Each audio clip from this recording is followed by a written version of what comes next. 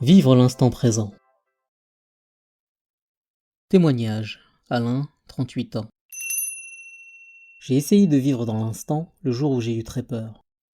Mon médecin m'avait prescrit des analyses pour vérifier si je n'avais pas le cancer. Je devais patienter 1 semaine avant d'obtenir les résultats. J'étais dans un état de nervosité extrême, je ne savais pas comment faire pour arrêter de m'inquiéter. Au bout de 3 jours d'angoisse, j'étais persuadé d'avoir la maladie. Heureusement, un ami me téléphonait régulièrement pour me réconforter. Il me disait « Essaye de ne pas penser à l'avenir, il existe un moyen très simple, efforce-toi d'être au présent, vis l'instant. » Facile à dire, mais difficile à faire. Mais j'ai essayé et je me suis vite aperçu que cela fonctionnait. Il suffit de l'expérimenter une seule fois pour s'en rendre compte. Malheureusement, les pensées qui me terrorisaient revenaient sans cesse. Sur les conseils de mon ami, j'ai acheté un ouvrage sur le thème du moment présent. J'ai passé les soirées suivantes à le dévorer et à le pratiquer. Je sentais que cela marchait. Quand je parvenais à rester dans le moment présent, je ne pensais plus à la maladie. J'étais là, disponible entièrement, je parvenais à me consacrer à l'instant.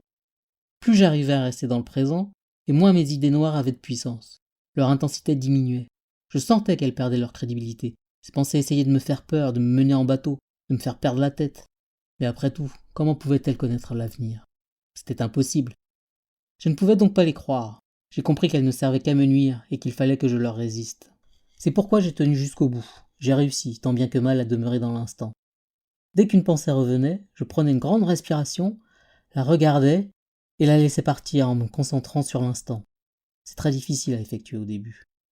Les analyses étaient négatives, je n'avais pas le cancer. Je considère que cet épisode douloureux n'est pas inutile. Il m'a permis d'apprendre à vivre dans le présent. Je suis content aujourd'hui d'avoir pu le vivre et le surmonter.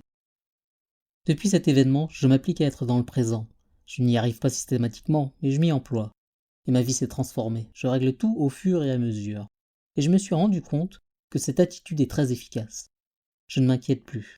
Je suis devenu plus serein et plus calme. J'ai davantage confiance.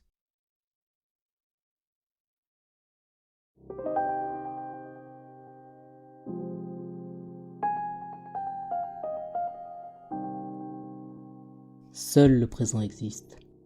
Lorsque nous réfléchissons à un événement passé, nous avons terminé de le vivre. Il n'est plus là. Alors pourquoi ressasser des histoires qui n'ont plus cours ? De même, lorsque nous imaginons l'avenir, nous émettons des hypothèses. Cet avenir n'existe pas. Il est fictif. Bien sûr, nous avons parfois besoin de nous projeter dans le futur pour démarrer un projet, ou de considérer le passé pour en comprendre le sens. Mais lorsque certaines pensées nous rendent mal à l'aise, s'apercevoir qu'elles n'ont aucune existence réelle, parce qu'elles appartiennent au passé ou au futur, permet de demeurer avec soi, en toute quiétude. Vivre le moment présent, c'est être dans un état de présence intense, calme et alerte. C'est vivre dans la conscience de soi. Aucune pensée n'occupe ce territoire. Le mental ne vient plus nous gêner. Nous sommes alors dans un état de vigilance extrême. Quand nous sommes conscients de notre intériorité, tout peut aller bien à l'extérieur. C'est en étant dans le présent que nous pouvons développer notre confiance en soi, aux autres et dans le monde. La confiance fait partie de l'état de présence. Nous avançons en toute quiétude sur notre chemin.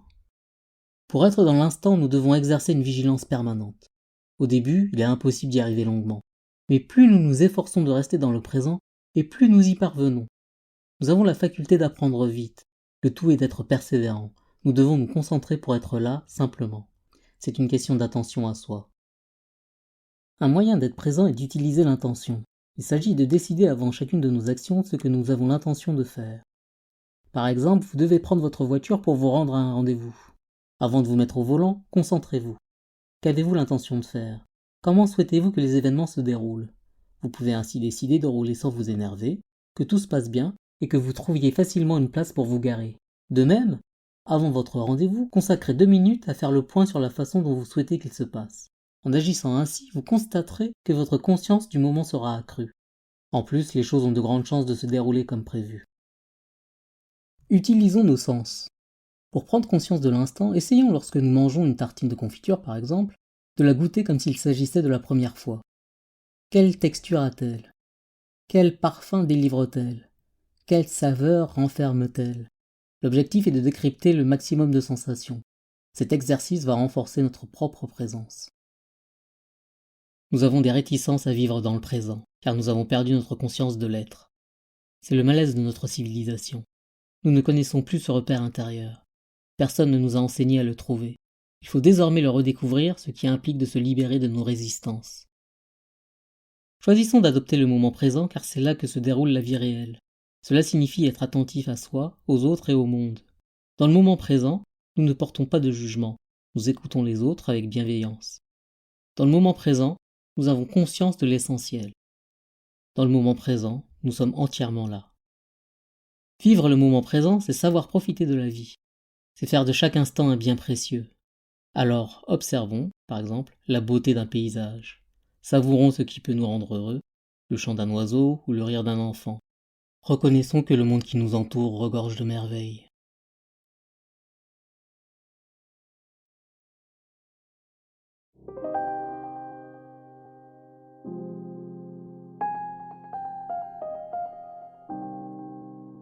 À retenir.